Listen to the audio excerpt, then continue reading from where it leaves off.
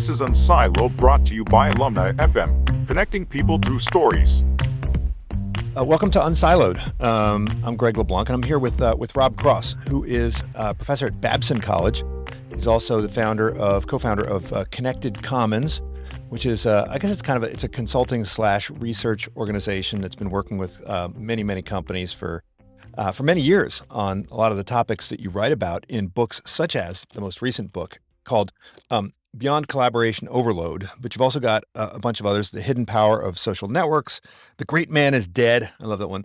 And Flip Your Thinking, among others. Welcome, Rob. Thank you so much for having me here, Greg. I appreciate it.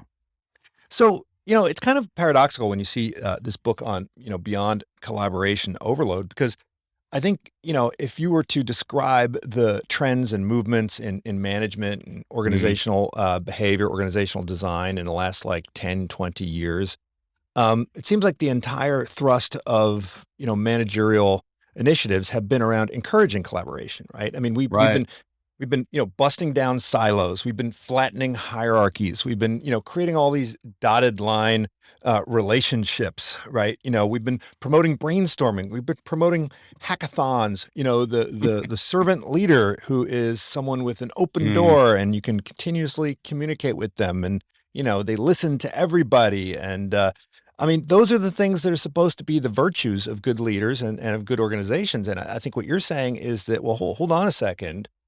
If we're not careful, those things can backfire and cause organizations to essentially grind to a halt, and leaders to burn out and become kind of useless.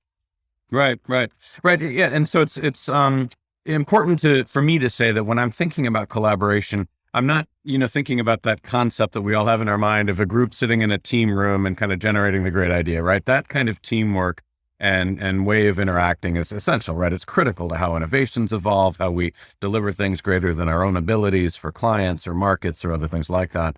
What I'm more focused on is just the degree to which all the collaborative demands on people have accelerated over the past decade. And it's a product of things you're saying, right? We've had all the consulting firms come in and take layers out of the hierarchy because they're trying to promote agility, assuming it's just the up and down of the decision cycles that are hurting us. We have multiple collaborative technologies that have washed through the landscape, and to the point where most of the leaders that I spoke with through this work, they're managing across 9 platforms, collaborative platforms, to get their work done. And you think, oh my God, that can't be true. But, you start thinking about it, and it's like, oh, we got email, we got IM, we got Slack channels, we got team spaces, we've got a gratitude application somebody threw in there, and all these inexpensive things that looks easy and makes sense on the surface. But we've evolved it to a point where pre-pandemic, people were spending 85% or more generally of their time in these collaborative activities, right? Phone, email, messaging. That number's gone up 5 to 8 hours through the pandemic, and people are working earlier into the morning, deeper into the night. So the issue isn't collaboration as a principle, right? Or as an idea of how to get things done. It's learning how to understand the people that are successful at it today, right? And so that's really what I studied there, is who are those people that are able to be about a day a week more efficient. They're the high performers. They're happier in all sorts of metrics we looked at, and really understanding, what are they doing? How are they managing this? Because for a lot of people, this has become a source of burnout, stress, other things like that. And we're really trying to gear around, well, what do we learn from these people that have really kind of figured it out, on both levels? Well, I mean, economists always focus on trade-offs, right? And so, here we can talk about kind of the trade-off between solitary deep work and then, collaborative work. And that's presupposing that we're along some frontier, and, solitary deep work is super important for certain types of tasks, and collaboration is important for other types of tasks. But I think that you're digging a little bit deeper. You're not simply talking about kind of collaboration versus non-collaboration. I mean, I think you're building on your insights in network science to talk about, well, it's the people that you are interacting with, and then it's the activities that you're engaging in when you're interacting with people. Completely. And are they fruitful interactions? Is this have you curated your network properly? And I think sometimes just people think, well, the broader the network, the larger the number of people, the the wider I cast my net, the the better. Right. But there has to be some order or structure or coherence of Yeah. thought that goes into this, right? Yeah. And that idea couldn't be further from the truth. We find analytically that a big network is not the thing that's distinguishing the high performers. Only in really transactional stuff like Yeah. residential real estate sales does knowing a ton of people kind of pay off. Rather, what we're showing is, and we're using this infinity loop model for the listeners here, where on one side of this infinity loop, we could see that one of the huge distinguishers of the what I call the successful people, and I'll keep referencing that because I wasn't just studying high performers. I was focused on who are the people that are outperforming across 300 organizations and are scoring higher on measures of thriving, resilience, well-being, career satisfaction, just a ton of ways we've looked at this. So I'm calling them successful people because they're outperforming and they're sustainable, right? And how they're doing it. They're not in these points that are burning out or unsustainable that we see so many people fall into. And what we could see is one of the hallmarks of those people was not the size of the network, but the efficiency of it, right? And so they were engaged in a couple of activities that enabled them to get back 18 to 24% of their time. And that's one side of the loop, right? Is how do you free up that space? But then really critically, another side is what do you do with that time? And I can't emphasize the importance of that. Like everybody, they get focused in on this is, oh my gosh, how do I get back, a day a week, right?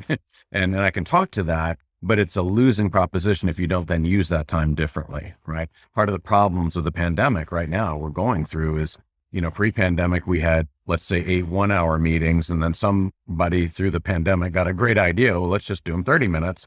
That sounded great for a minute until we suddenly have 16 30-minute meetings in that same day. And it's exhausting, right? You're more intense in that moment. The switching costs are harder for us mentally. And we end the day with a to-do list based not on 8 meetings, but 16. And it doesn't work, right? So that idea of buying time back has to be kind of complemented with what are these people doing that's really unique about how they're getting scale and kind of accomplishing things separately. So could not agree more, because what I'm actually finding is these people are not collaborating less, right? They're more efficient in what they're doing. They're producing results at scale. And it's that interplay that's really distinguishing them today.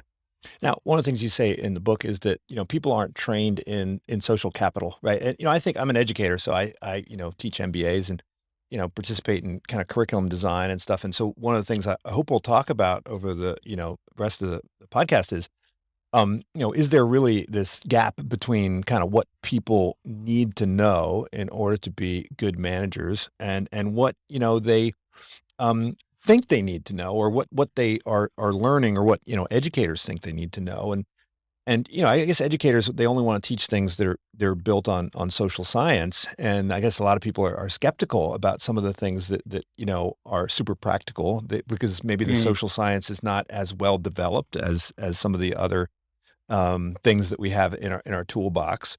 But, one of the things that every economist knows is this idea of the tragedy of the commons. And I loved how you referenced that when you're talking about, these managers, these leaders who, really are very well intentioned, and they think that they're kind of, doing a good job. But in fact, they're rendered ineffective by Right. by doing the things that they think they should be doing. So I was wondering if you could kind of walk through how this, depletion of Yeah. managerial, talent happens because of these Constantly, well-intentioned things. Yeah. Yeah. So when I look at organizations, I'm applying network analysis, and we're going in and mapping who's interacting with whom, right? And I can do this looking at groups of a couple thousand up to groups of 80, 90,000 if it's a massive restructuring or large culture change program or things like that. So there is a real depth in the analytics behind this that we've used to say what's predicting the more successful people, that we've then complemented with hundreds and hundreds of interviews to develop the practices, out of it. But what the focal point in there for me is when I create these analytics, and I'm able to say typically 3 to 5% of the people absorb 20 to 35% of the collaborative demands in most of these groups we've looked at.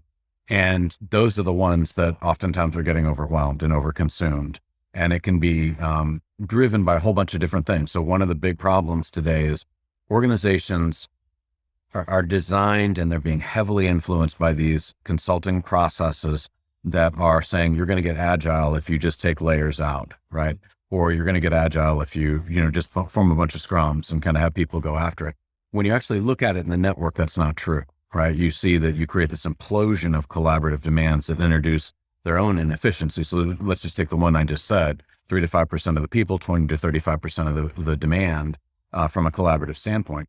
The people that can't get to those people are slow, right? They're not getting their stuff done. In fact, what we find is that the people around the overwhelmed leaders, and we have quantitative ways of looking at that, they're, one study we showed up to 200% more likely to leave because they can't, get through. So that's not seen in the conventional hierarchy, but it's in the network. So there's design issues that create this, right? Because we're designing and task A and task B look the same. We create roles around that or levels or whatever. But if task A requires you to coordinate with 8 people that are all generally in the same neighborhood, and task B is, 2 people in different geographies, 2 people that are reporting to different leaders in a matrix design, and they have different incentives, and then 2 leaders that don't like each other, right? Just hypothetically. Those are weeks of difference in time, you know what I mean, to get consensus and to get buy-in, to get, everything done to create momentum. But we don't see it. The task looks the same, right, on a project plan, right? And this kind of collaborative footprint of the work has become invisible. So that's one thing that's over-consuming people, right? Is leaders are making assignments without really understanding as work is shifted, this footprint and how it's different for different things. The second thing, and probably the one that surprised me the most that I didn't see coming, was the degree to which we're our own worst enemy is way more than I thought in this game. So when I started all these interviews, I was absolutely convinced that overload, the enemy was out there. It was emails, time zones, nasty bosses, demanding clients. And I came out the other end completely convinced that we create our own problems. And it's actually not what we think sometimes. When I do these analytics and you look in these networks and you see these overwhelmed people, the knee-jerk reaction, if you ask, your students, they would all say, oh, that's a control freak, right? That's a micromanager. They've gotten to that position because they can't let go and they should delegate. And it's about true for maybe 10% of the overwhelmed.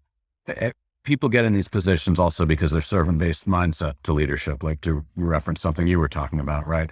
And you find that people that just deeply see helping as the core of being a good colleague and being a good leader, if they help directly, they eventually create themselves as the path of least resistance for too much, right? And that'll eventually lead to, a point of overwhelm.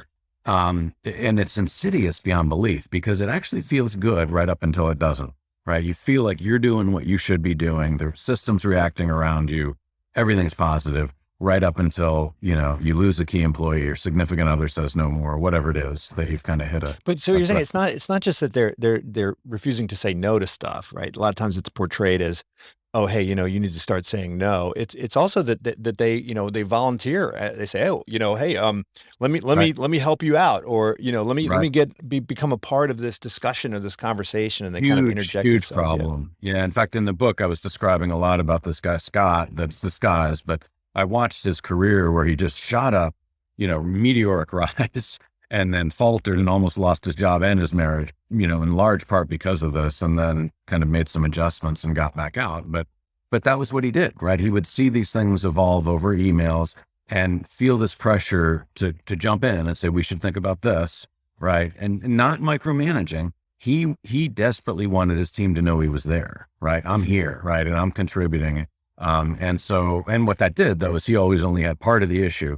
So suddenly the group was managing the issue and Scott, and that meant more meetings coming back to him, sometimes 4, 6, 8 weeks out. But you couldn't even see the connection between what he'd done and the overload that he was having until we were kind of tracing it back and looking at it. And so, that's, and for other people, it's exactly what you said. There's this tendency, not even to be asked, but to jump in and say, let me help with this. Mm-hmm. And people had to kind of develop heuristics that saying yes means saying no, right? I'm jumping in here, but I'm losing, long-term professional aspirations or personal objectives or whatever. And so we see that I've come to call them triggers, and write about them in one of the chapters. About 9 of these tend to be the most common things I see that lead people to jump into things that they shouldn't be, right? And it actually kind of causes them their own problems. So it's much deeper than just don't collaborate or just say no, right? I mean, these are deep kind of triggers that are built up through school. Unfortunately, what you and I do as educators, I think, we create these contexts where kids feel like they have to be right in the moment and be pithy with their comments. And it's not really what creates success today. You know what I mean? It's different kind of out there.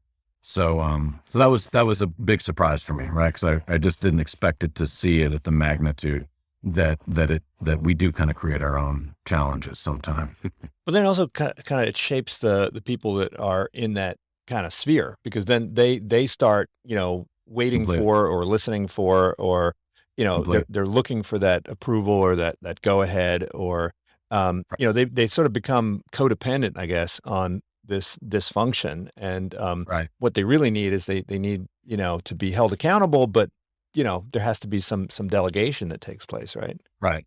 Right. And and that's what happens exactly, the challenge. And that's why a lot of the pure time management books don't work, because they're not factoring in that second part of the system. You know what I mean? So I could go to people, and what I've learned in this game is that you don't go to a busy person and say, delegate. You have to delegate, because what we do is we think of the 3 or 4 things that cognitively we can conjure up in our mind that are driving us crazy. And they're usually the really big things that are kind of intractable. And the only person you can delegate those to are the 2 people you delegated the Yeah. past 8 things to, right? Who are already overwhelmed. Well, from that's your where, last they set of say that things. if you want to get something done, ask a Right. busy person, right? Right. And that, it's just propagating it, right? I've Yeah. watched this in different ways. When people just say, oh, I'm going to delegate, it kind of moves somebody else up the list. And what the magic in this game is, I call it more of a brawl than a ballet. And the Mhm. people that are successful at it, they're looking for and using devices to remind them of the small things that they can't remember at the end of the day, right? They just fight through all these small things. Feels like just what you do as a human being, right? But end the day exhausted and can't quite put your finger on it. So very tactically, get people to look back 4 months. They're looking through their email calendar and then select portions of their role. You can't look back last week because you justify everything, right? We're critically important. But when you create some space in there, everybody that's been in an organization for some period of time starts to see informational domains they're getting pulled into that they just don't need to be the expert in anymore. Decisions they're getting pulled into that are just expectations that just don't make sense, right, anymore, and portions of their role that they can shift. And what that means is that leaders start looking for, again, not the 2 or 3 big things, but 5 or 6 categories of small that they don't give to their next most busy person, but to the talent 2 layers out. Right. And so they're taking the demands off the center and they're pulling in talent in a unique way, right? Getting them better engaged. And that works better, right? Especially if they get in a room and the leader says, here are the 5 things, that I'm not going to ask for. I need a feedback loop on, and to your point, here are the 5 things you need to take courageous action on, right? You can't just push me back slowly into this with these quick emails saying, I'm just checking quickly. Or it doesn't work, because it's a mutual system there that you have to break depending on what's going on. So, I teach this course on HR, and, when you talk to a lot of people in that domain, they seem to think, at least anecdotally, that there's an increase in kind of burnout, or an increase in overwork, Yeah. an increase in people, you know, uh, experiencing high degrees of stress, which flows back to problems in their personal lives, and so forth. And I think a lot of them blame technology. They say, well, hey, it's all because of Slack and WhatsApp and email and all of this. And I think your argument is, well, yes and no, right? I mean, No, right. the technology, of course, is an enabler, but really it has a lot to do with the perspective that people bring to their workplace, but also kind of the way in which the workplace is organized, right? I mean, it's Right. partially not just the responsibility of the individual to know, right, how to manage all this, but it's partially the job of the organization to kind of keep tabs on this. Yeah. I love how you're saying that, because there are 2 thrusts on this. Now, my book was very much focused on what are those people doing, the Mhm. individuals, and I that's critical, right? Without a doubt, and it's going to continue to be critical, no matter how we think about return to office strategies. It's going to have less structure around it, right? Mhm. Physical space, other things like that. And I, at that level, and I want to come back to the organizational one for a second, but at that level, one of the most amazing things to me is the reality is we have more ability to shape what we do and who we do it with than probably any time in history of Mhm. mankind, right? Yeah. And yet we give it up very quickly. We kind of let the systems kind of take over. And I would see this so clearly as we went into COVID, kind of 6 weeks, 8 weeks in. I was part of a bunch of these surveys that the large vendors were putting out. And I had some questions on connectivity in there, but then I convinced many of them to put in these open-ended questions around just tell me what's experience like, you know what I mean? We've never seen anything societally like this. Like, what are you kind of learning? What's the impact on you? And normally, as an academic, you do this stuff and with big surveys like that, you may get a page or two of open-ended answers, right? Nobody fills this stuff out. But in this case, we're getting hundreds of pages and they were really thoughtful, answers, but they took two completely different paths. The first set that I'd be going down looking through, it's like, thank heavens I don't have my commute anymore. I've got Right. 2.5 hours of my day back. I'm eating better, sleeping more. Significant other likes me. Children are talking to me, whatever it is. It's like, thank the Lord I figured this out, and I've got this space back. And then the very next one would be equally passionate and be like, where did my commute go? Right. That was the only time I had to think like, I've got to get this Uh-huh. back in my life. It's killing me. And for that second group, it's not the commute, right? It's that they gave up control of the Yeah. situation very quickly, right? And they didn't have really clear anchors around, here's what's important to me personally with this time or whatever it may Uh-huh. be. And I think like at that level, it's going to be a critical capability for people as we go forward, right? To be really clear on how do you kind of create this space you Yeah. need to operate as humans. And then also, what do you do with it, right? Well, What's before we get into the organizational piece, I yeah, think you described how, you know, most of the time when people learn how to be more efficient or they learn how to, whatever, email, whatever, what all they're doing is just kind of freeing up more time for even more, like email, right? So like the right, tyranny of the to-do list is such that, the more efficient you get at, dealing with stuff, the more stuff you get. And if you're not very, right. very conscious and intentional about, setting out these boundaries and making sure that the new space that you've created is filled with something that's more fruitful and productive, it will, Yeah, ultimately at just, work and outside of work, right? Like both domains being really clear.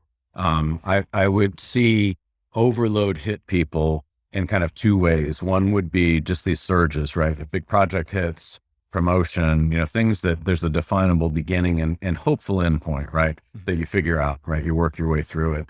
That didn't bother me so much as this, what I call a slow burn, where people are just incrementally getting faster and faster and the system is, to your point, reacting back to them faster and faster. And the stories were not great. Like you have to imagine, I've been through 600 plus interviews now in this, all balanced between women and men, all conventionally successful people. And some of the stories were just horrendous. People describing kind of waking up one day, a flight got canceled. They pulled back into their, garage, suddenly realized their kids were out of the house. Their spouse had other hobbies. They had no friends left, because they'd spun up in this system Mhm. for 5 to 8 years and it felt great in the moment, right? You're pursuing revenue targets. One woman described, 8 years in a place and thought she had great friends. Her mother died. Nobody showed up at the funeral. Right. And it's eye opening to hear this number of people Mhm. describe things like that, where they're spending 3, 5, 8 years in these systems, Mhm. and then wake up one day, right, and go, no, I really need some clarity on kind of what's important and how to pull in that direction.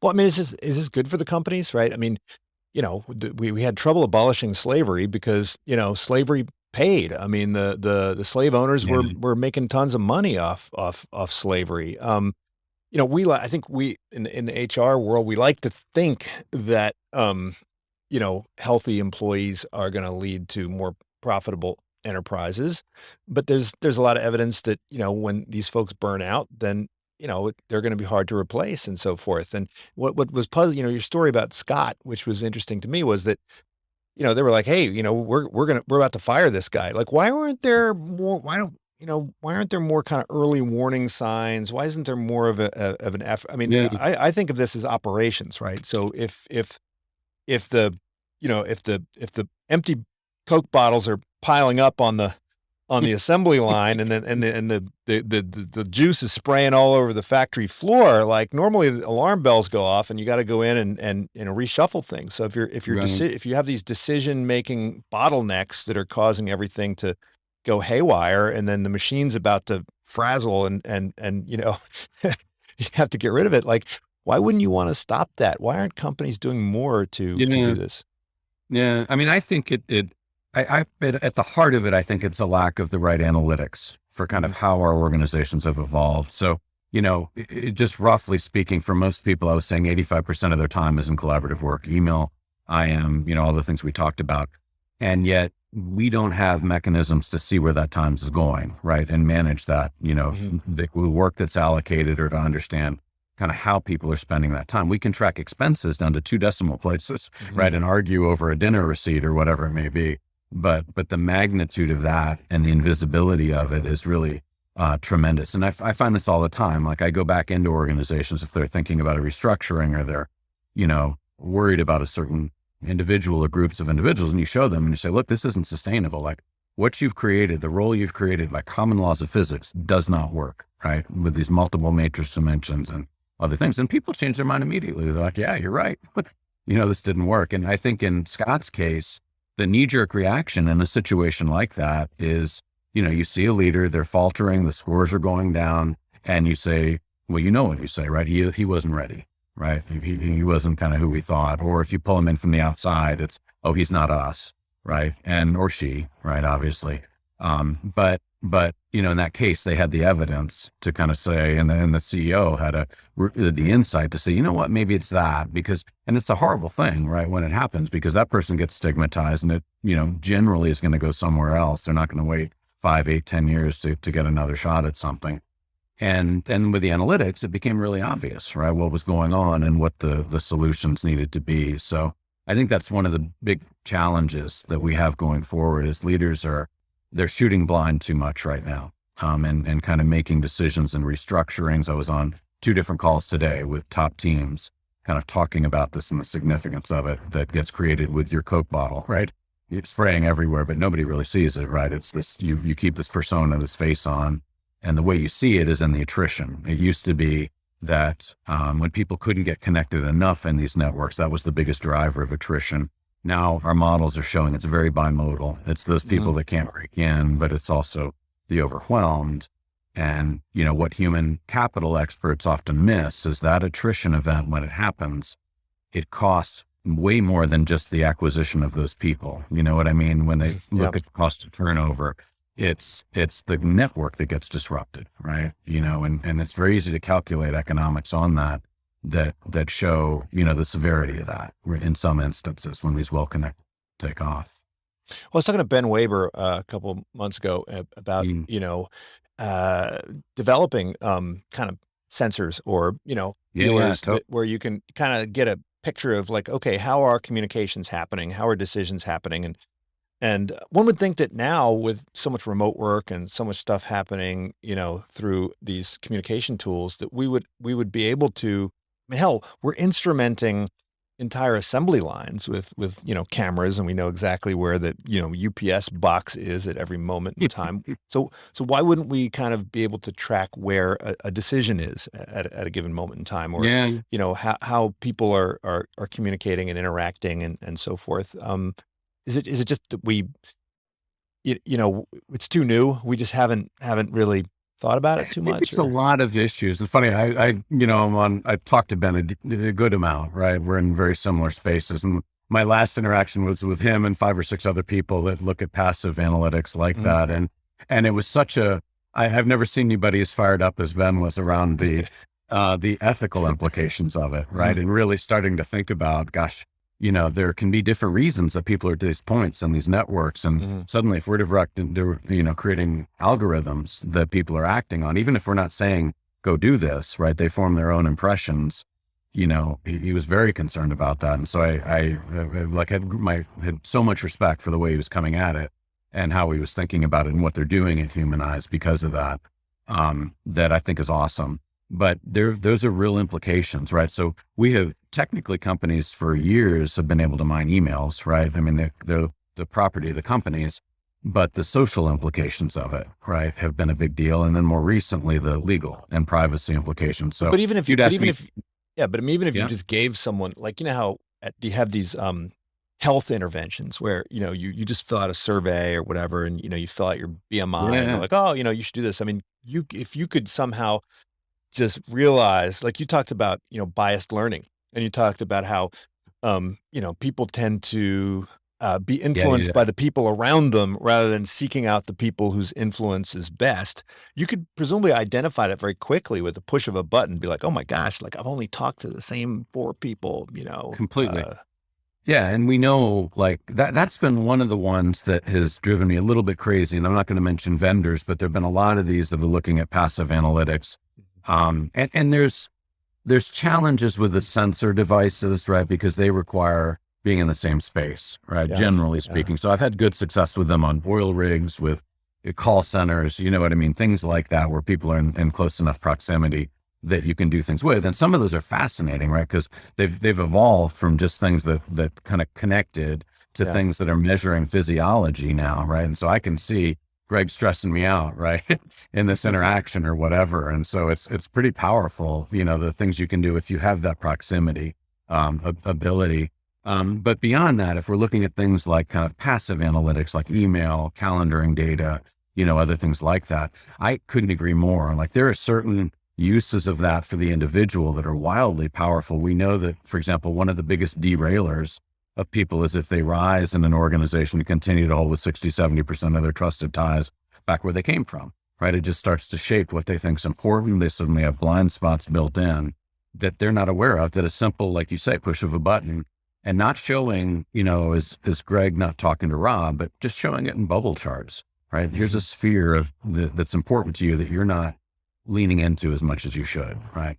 All that should be completely possible. Now we do that ourselves in the tools that we've built, but we're using survey-based engines so that people can kind of get both levels of output there. So I think that'll be a big deal. And I think I already know of different things that are happening in the health sensor space too, to really think about stress and some other things a little bit differently. But it's going to take a while, I think, still to evolve there.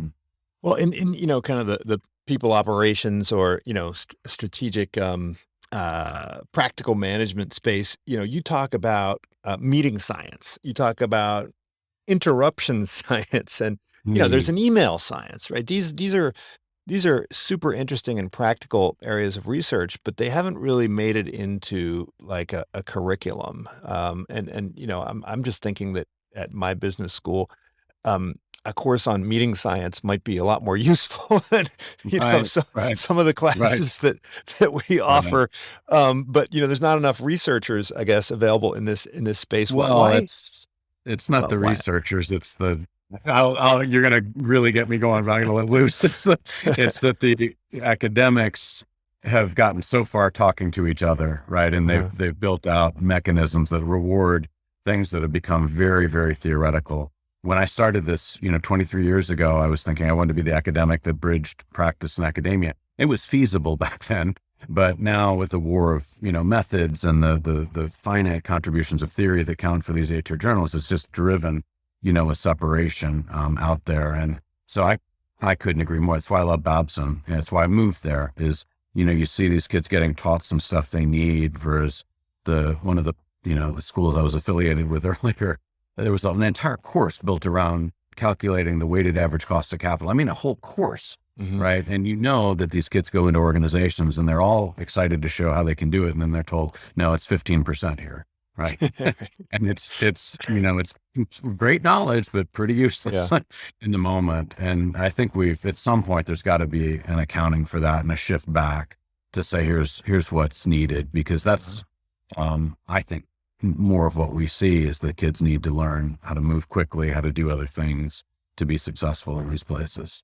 Well, what is the optimal balance? I mean, when my parents generate, my dad got his MBA in NYU in the 50s, and I think at that point it was really for viewed as a bunch of kind of business people telling war stories, and then Mm, mm, along came uh, management science, and along came operations research, and along came financial economics, and that put a bit more academic respectability into business schools. But I think some would argue that maybe we've gotten a little too far. I mean, is it how important is it that you have what do you get out of having one foot in academia and one foot in this rich world of consulting? Is it more that you can bring kind of research insights into the consulting practice, or is it also equally important that you can take your your contact with business people and bring it back into the research?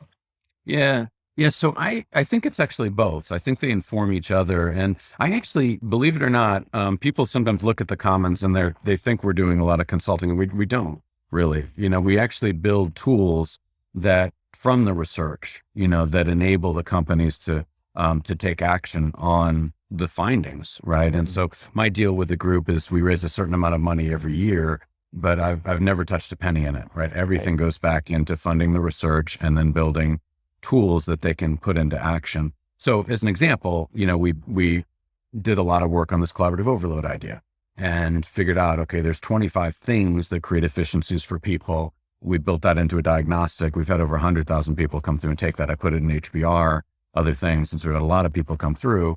And what that thing does is people take the assessment, but then they have ideas fed back to them around what I can go do. Well, that assessment then all of a sudden gave us insights on men and women are different at this, right? And there are things that we can do to think about, millennials a little bit differently and how they fall into this trap versus other people. So to me, that's the nature of the give back. So when I'm doing this work, it's very rigorous. It's rigorous by standards 20 years ago, in terms of the quantitative stuff and things like that. But it's applied to a different audience. You know what I mean? It's applied to how do we build something that helps you as an individual or a leader see a phenomenon differently, take action on it, and move ahead. But they, again, to your point, they go hand in hand, right? Like I'm providing something back that's far more than just people telling stories, right? It's very heavily kind of analytically and research based. But the fact that I talk to all these organizations is what lets me get the research to begin with. I can go in and say, I need to talk to 20 of your most successful leaders because of X, Y, and Z. And I'm saying it in a way that they resonate with and not in a purely theoretical way, or I wouldn't get the access ultimately. So it's an interesting interplay, that I've thought a lot about kind of that lets this happen.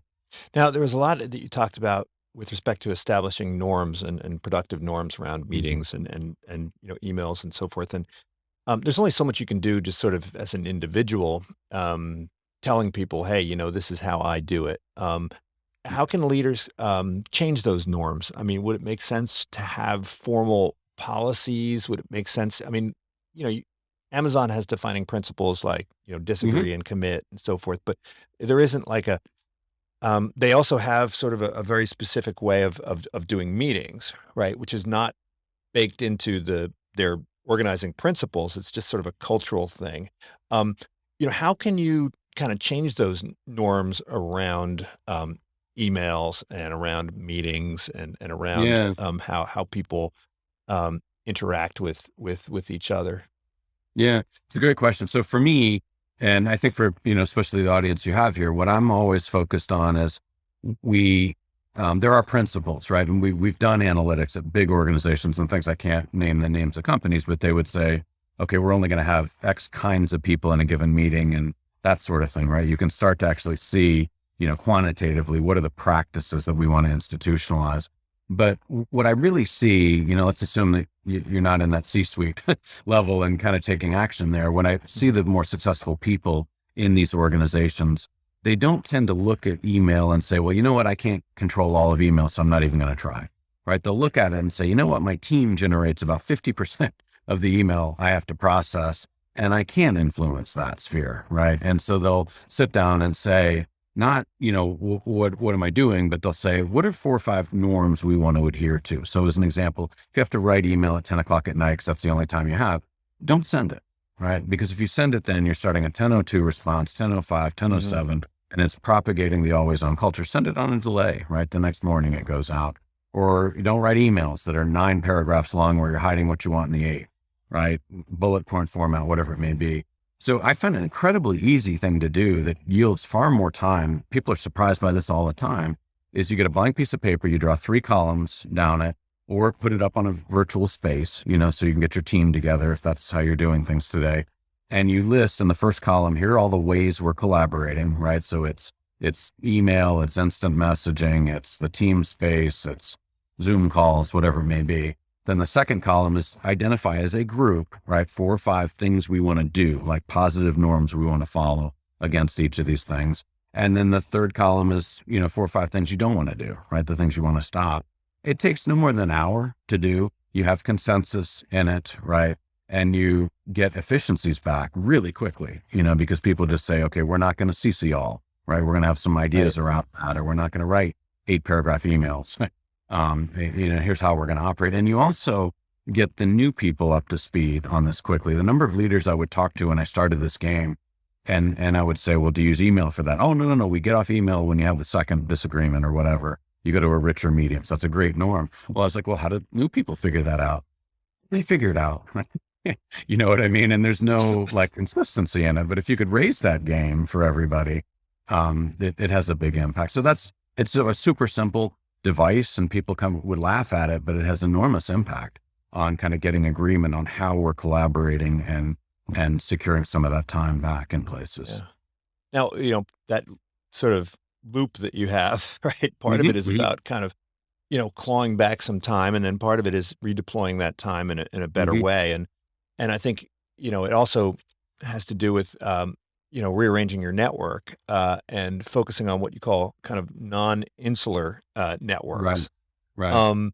And I think that was the whole idea of non-insular networks was really sort of the underlying theory behind, flattening the hierarchies and breaking down the silos. So how would you, how should we think about, building out these non-insular networks? I mean, Right. it sounds to me like you're just adding on even more kind of demands. It's like, oh wait, I gotta reach out to all those people as well as what I'm doing now. And then you say, cultivate serendipity. What am I supposed? But I gotta set aside an hour in my day to go be serendipitous, right? Yeah. You would not believe the number of people that actually do things like that. Yeah.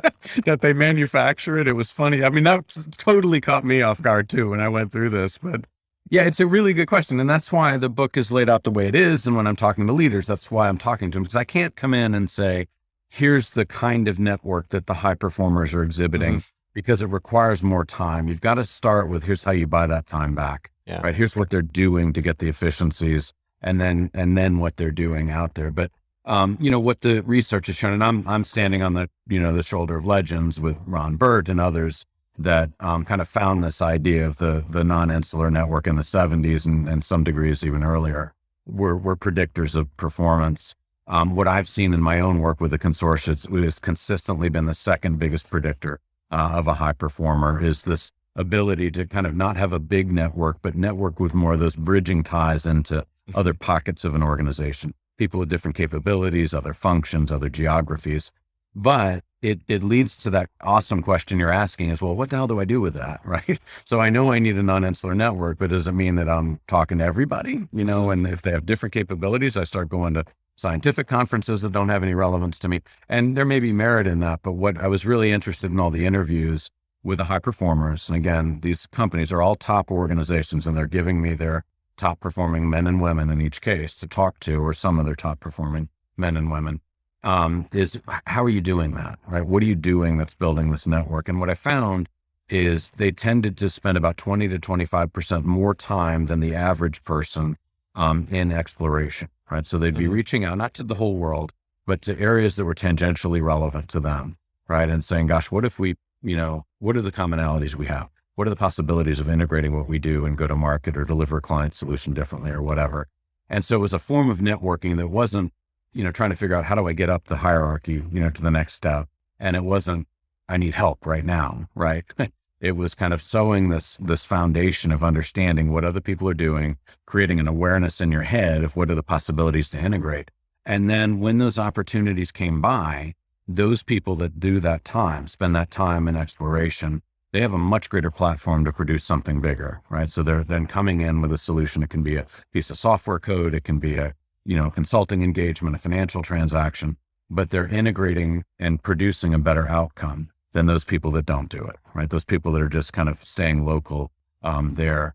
And so they're winning, and this is super important to me today, is they're winning not because of access to a hidden power structure. I have no doubt that happens, and especially earlier in the decades, I think it did more so than today.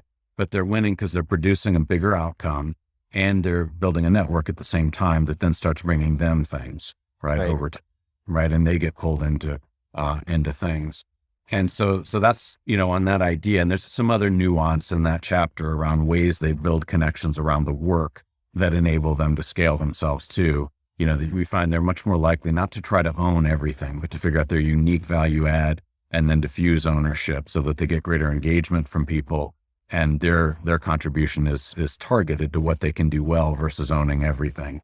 So they do a bunch of stuff in there that's really giving them scale in their work, right? And they're actually getting greater impact from the way they're investing that time over time. And the tie to overload is, the very first thing people stop doing when they start to get overwhelmed, right, is they stop exploring, and then they stop looking expansively in that small moment when that Yeah. opportunity first comes. Those They, micro moments that you talk yeah, about. and it's Yeah. huge. It's huge. I can't tell you the number of times. I mean, I'm asking these people tell me about your career defining accomplishment, right? The thing that got you on this upward trajectory. And then we would go all the way back to the beginning, and a huge proportion of them started in these tiny moments, that would have been really easy to miss, right? If they hadn't kind of leaned in a certain way. So that's, a little bit of what we see with those people and kind of how they're spending that time. Yeah, when you're talking about the micro moments, it made me think about, like just noticing in general, right? So, and how, the art of noticing is something which is lost when one is kind of, busy, right? So if you're Mm, too mm, busy and too focused, then, you just simply don't notice stuff, right? You step over the dead body to get to the Right, mailbox or whatever, right? Because right, you're right. so drilled in. And so, you talk a bit about these energizers, and I think what's interesting about the energizers is that the energizers aren't the people who necessarily conform to what we think of as having the most Right, energy, right? So, right, like, the right. person who's, like, the busy, busy, busy person with the 6 devices and the, like, they're running from meeting to meeting, and they've got all this stuff going on, like, they're not, they might look like they're full of energy, but they're not the energizers, right? That Right, kind of right, inspire right, others to do things, right? right, right. And that's kind of what we looked at. And I completely stumbled into that by blind luck too. In this game was, we were, the first study I was doing about 20 years ago, looking at the high performers, and a major blue chip consulting firm. And this partner was saying, look, I don't think our high performers are distinguished by how smart they are, right? Because we Mhm. get great talent. He said, I think it's people that create buzz for what they're up to, right? And they get the partners invested in what they're doing. Their clients want to buy more. Their peers help them out when they're in trouble. Their teams give greater effort. And he said, all that has to do not with being slightly smarter, but with being somebody that creates followership, right, or engagement. And so it fundamentally, we found out in that specific case that being an energizer was 4 times the predictor of a high performer, a successful person, as the open network idea. And that's held for over 20 plus years, right? In all sorts of organizations, roughly that order of magnitude over and over again. And to your point, when we map this, so, it's a very simple question, not abstract. It's just when you interact with some people, you walk away a little bit more enthused, Yeah. about what you're up to. And you see these networks, right? That then can get created, and you start to see who the strong energizers are, the people that enthuse others in groups. And, you're just as likely to see an extrovert as an introvert, be considered a strong energizer by other people. When I interview these people to see what they thought they were doing, and then they energized to see what they thought was going on, you would find that you're just as likely to see somebody that's really charismatic Mm. and somebody that's really low key, being Yeah. energized in these contexts. So it's very much tied up in a set of behaviors more so than personality or Yeah. cheerleading or things like that.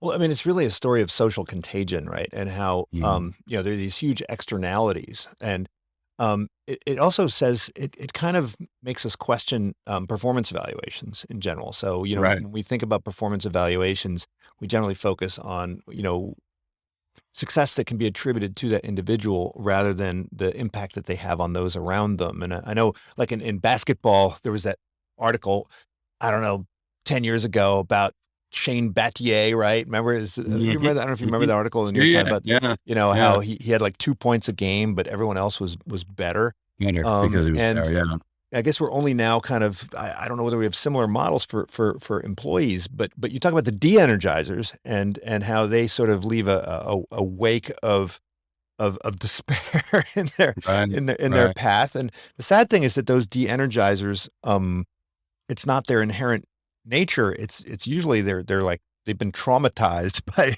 something, right? It could be Right, that they've been traumatized by a toxic boss that is having like ricochet effects downstream. How right. how can we kind of evaluate? And I don't mean evaluating employees as individuals, but how do we evaluate what people are doing and the impact that they're having on others? Is there a way that we can do this in a more rigorous and scientific way? Yeah, I think so one of the interesting things so when I'm looking at energy, right, it's never the case that I'm going back and saying, this person is an energizer per se. What I'm interested in is saying, or a de-energizer in particular, what I'm interested in is saying, look, you have 43 leaders at this level that are sucking the life out of the place, right? And so Mm. what can this group learn to do differently that would have a disproportionate impact? So we're super cautious, if you will, of the privacy implications of this and making sure that you don't kind of reveal things that you don't want about people. But what's interesting in that is number one, I had been convinced from the very beginning that de-energizers, that was just how God put them on the earth, right? And they were kind of born, not made. And then we have massive data sets on this over time because organizations may do this once a year or other things like that. And I had somebody come in a couple of years back and look at it. And to your point, we found that something like 90+% of the time, she found that the extreme de-energizers at time period 10, they were energizers started out, right, as at Mhm. time period 1, and something kind of, went wrong. And so I think it's a really important thing to be looking for. I believe it's either, a toxic leader, failures that weren't handled well, things like that, that kind of start that downward pivot. But I also find that it's incredibly behavioral. And there's 9 really specific things that these people do, none of which are earth shattering, but they tend to do them more systematically when they're under stress or pressure than the rest of us. And that consistency is kind of what makes them energizers. And you can coach people against that, right? And have them think about it for themselves. But the really powerful thing is to kind of set that list of 9 down in front of your team and say, look, these things matter. What do we want to hold ourselves accountable for? And just that easy conversation puts a little upward pressure on getting people to think about how am I showing up, right? In a way that kind of maintains momentum behind things. So I think things like that are probably the most productive ways to get the ideas into play without going to a point of where you're saying, okay, Rob's a de-energizer, Yeah. Well, and and kind of, sometimes it's the most engaged people that then become the most disengaged because they're the ones that right, like care the most and then ultimately, either get disappointed or run into their own limitations more quickly. right, right. And that's the challenge again in the connections, right? Because they have a really big impact. That's one of the challenges right now with the return to office strategies is the companies are struggling with strategies that bring people back. And if you remember what we were talking about earlier with the pandemic, a lot of these people that were most influential in these networks have suddenly figured out there's a different way to live their lives. Yeah. They're not in that echo chamber. And so they're in this bizarre position of saying, okay, whatever strategy we have that's going to push some of these people back and maybe turn them from energizers to de-energizers because suddenly they've lost 2.5 hours of their life, plus the work hasn't changed now. Then you've got this really negative impact of either they leave or as one person was saying, worse yet, they stay and they're ticked off, Yeah. right? And they're, Yeah. they're propagating, kind of negativity there. Right. Well, I think the last topic of your book is one that really some people might say it's about work-life balance, but I think what you're describing is how um, how there's a feedback loop between kind of your ability to cultivate your relationships and your network outside of work and how that flows back into your engagement with work and productivity with work. And I think that I mean the takeaway, the net lesson is that if you are too immersed in work and lack these other connections, you will ultimately fail to perform optimally at work. Hmm. But I thought there was a bigger question buried in there, which was, um, do a lot of these principles that you apply in the workplace about how to manage your time and your networks and relationships, can we apply them equally to your family life? Can you become burned out with your family if you don't know how to manage Yeah, the asks of your children and loved ones and yeah. should we be thinking about using the same techniques in both domains so that we don't let the burnout happen in either one of them? Yeah. Yeah. I mean, there's definitely a lot of overlap, right? So, the first thing the second thing you stop doing when you allow overload to happen is be an energizer, right? You don't come into situations thinking about how do I get followership and engagement and what I'm up to? How do we reframe things in a way that everybody sees how they contribute?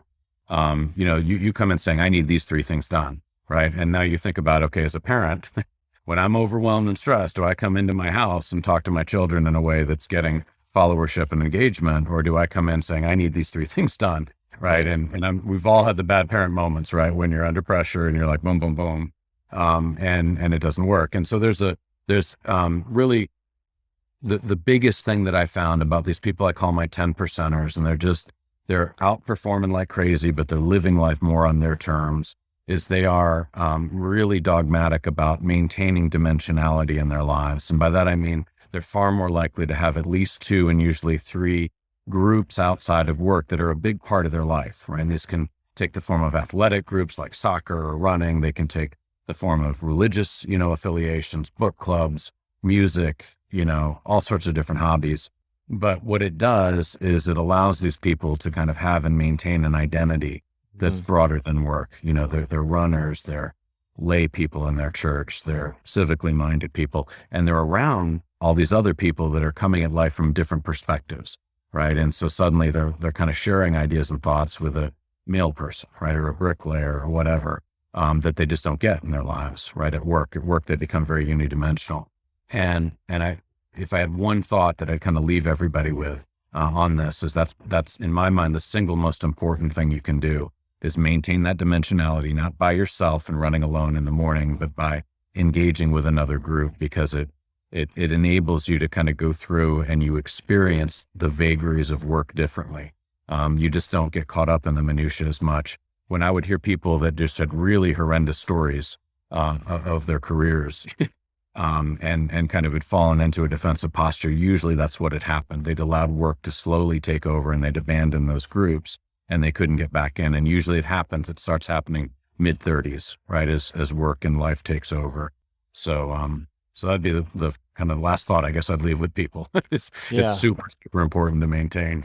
But I think the important thing is that it's not simply just about having, stress buffers, right? So that you can kind of let off steam. It's really more about, as you say, maintaining this kind of dimensionality.